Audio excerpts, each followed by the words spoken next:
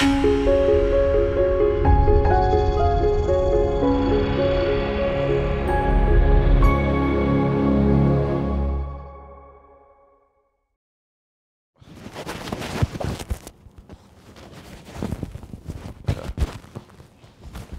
up, bro? My name is Eric Seals, and I am the creative director of Digital Cafe. I was filming at an event for the Gray Matter experience, and at the event, the host, Micae Brown, was someone that I was familiar with. She saw what Digital Cafe was and what I do, and then she invited me to be on the show. I put my glasses on today. That means I want to look intelligent. The Urban Business Roundtable is a show that's hosted by Micae on WVON. Once a week, they invite different Black-owned businesses to come on and talk about what they do and how they're changing the community. You need people who look like you to talk about the things that they've gone through. And so it's important for shows like this to exist because we need people behind the scenes who are running the show, and we need people in front of the scenes who are the hosts of the show. And this show happens to have both. Yeah, just as soon as Teresa gets off air, we'll take you into the studio. Hillary Clinton or the Democratic. Thank you, sir. We get in there, and it was just kind of like, yo, sit down, do that. Don't worry about it. We're gonna get it. Can you find him and check headphones? The mic in front of you. Mic working? Mic's not working? Okay, hold on. Let's get your mic working.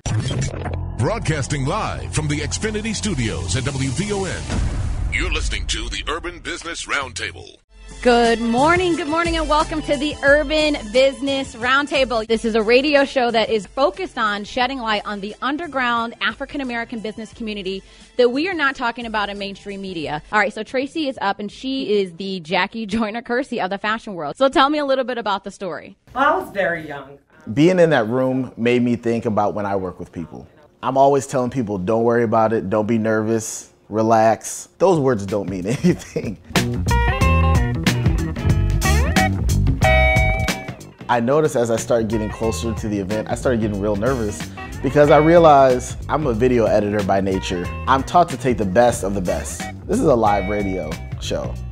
Whatever I say, this is not gonna be edited, that's it. I saw Eric a couple weeks ago at the Gray Matter launch, and I had no idea. I'm like, man, this guy looks so familiar. I kind of said hello awkwardly because I was like, hey, you don't really know me. You came up to me and you're like, hey, I know this sounds really weird, but I think I went to a party at your parents' basement. It's one of those things where you're hanging out with friends. It's like, yo, we're gonna go hang out at this person's house. Okay, where we going? Doesn't matter. I'm like, all right, if you've been in my parents' basement, then you gotta be on the show, because that means we made it from the basement to the round table. Right, there we go. She introduced with that story. It lightened up the interview right off the top. Digital Cafe's clients list include companies like Forevermore Diamond, ComEd, Leo Burnett, iHeartMedia, Dow Jones.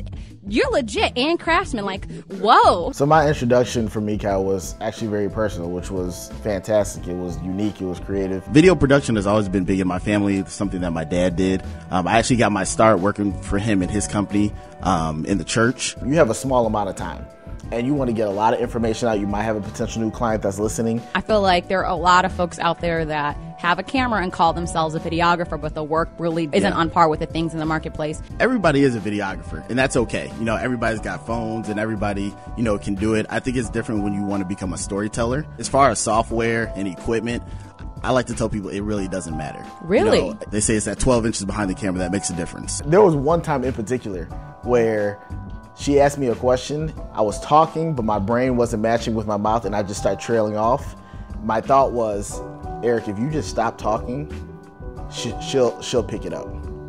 So I think I was just going, and I was just like, you need to know how to be on time. You need to know how to say yes. You need to know how to, you know, work. I say work with other people from that standpoint again. In my head, it was so bad, and she picked it right up. I mean, it's very true. Yeah. I mean, when you graduate from college, I feel like you really don't know how to act. A good radio host, their job is to make me sound more interesting and smarter than I am. So what made you leave that I get paid on the 15th and the 30th to being like, I don't know when I'm going to get paid? I think what it came down to is I got the job I always wanted, and I wasn't happy. That does it for me in this week's Urban Business Roundtable. Signing off, I'm your host, Micae Brown. Thanks for listening. I don't know if based off of that interview, anybody else is going to invite me to be on their radio show. I appreciate you. You're doing fantastic. Thank and you. yeah, I'm glad we made this connection. Perfect, me too. But I would love to have that opportunity.